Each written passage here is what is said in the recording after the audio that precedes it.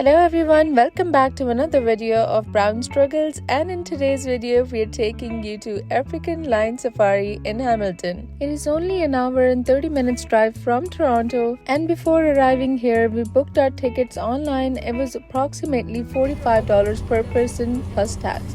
At the entry booth, we were given the map of the entire park. We were mainly interested in the game reserves where we can drive and see all the animals through our car. Stick to this video till the end because I will be sharing some tips and what to avoid to make your trip to Lion Safari worth it. After a quick washroom stop, we started our drive through the first section of the park, which was called Nairobi Sanctuary. So the first animal we saw were a herd of these cute llamas sitting under the shade because it was extremely hot and it was a sunny day. And right after, the next animal we saw were these longhorn kettles, which I learned are called watusis. We passed by the cheetah conservatory, but unfortunately the cheetah was asleep and we were not able to see it. But no regrets, because right after we were able to see quite a few lions up close. We stayed there for a while and I was amazed at how close we were to these female lions. I would also like to mention that there were safari patrol trucks always nearby, so there was no need to worry about safety.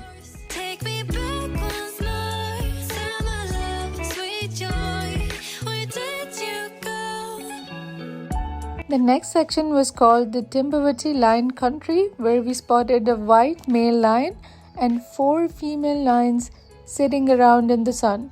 It was an extremely hot day and you could tell the animals were not very active. Another thing that I would like to add is that there were reminders posted everywhere to keep your windows shut at all times for your safety. Dance the night away, hang out the whole next day. As we drove further, we entered into a section filled with monkeys. These little guys were everywhere. They were freely roaming around the road, so we had to drive carefully and very slowly here to avoid any mishap. It was fascinating to see them up close, especially the baby monkey that was freely jumping around. Seeing these monkeys interact each other was one of the highlights of this trip. As we continued our journey, we spotted some mountain goats standing on the rocks, looking quite funny, almost if they were posing for a photo. In the distance, we saw a few ostriches strolling around. We kept moving and were excited to see 3 rhinos interacting with each other. They were massive and seemed to be communicating in their own special way. Further along, we came across some long-horned oryxes. And then came the most fascinating section for me. We spotted 6 giraffes and to our surprise, they were very active. We were able to get very close to them, probably because they're such calm animals.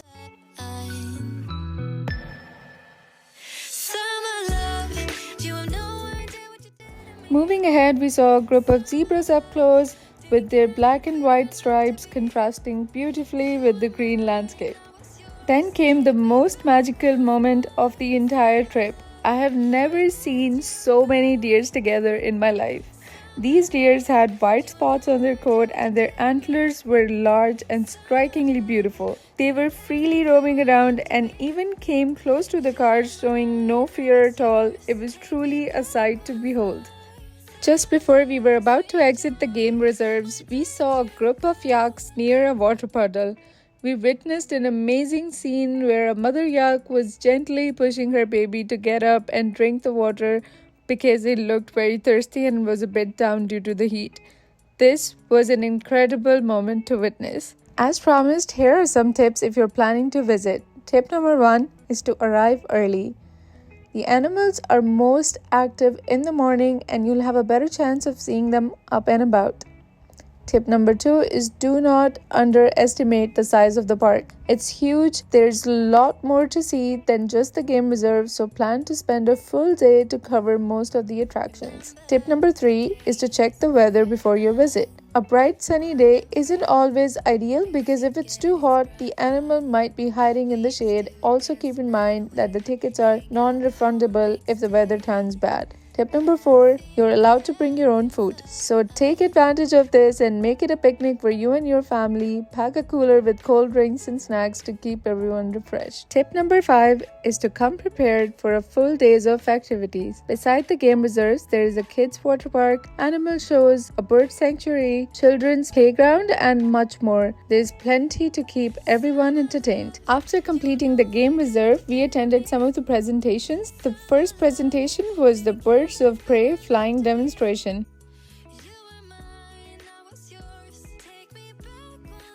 There's an invisible line as quickly as you can and run to the end.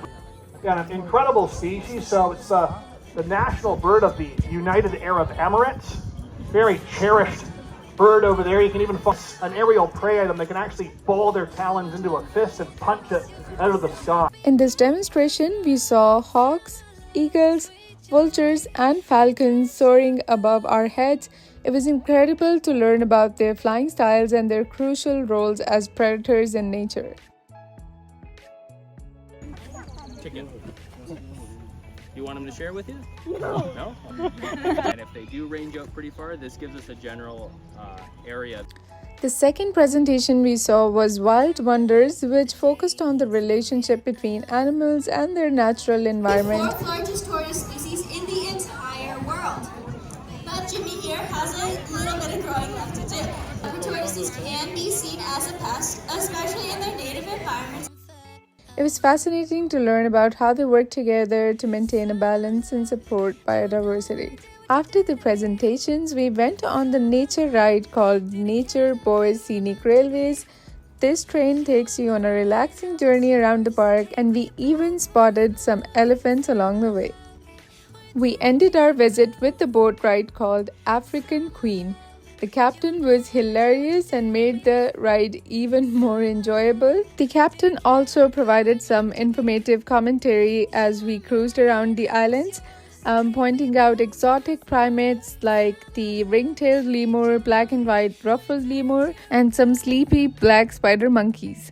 We finally wrapped up our day and left around 7 p.m. Overall, the visit was absolutely worth it, and we would totally recommend it to anyone looking for a unique and exciting experience. Thank you so much for watching the video till the end. If you're not subscribed to the channel, please do, because we have a lot more exciting videos on the way.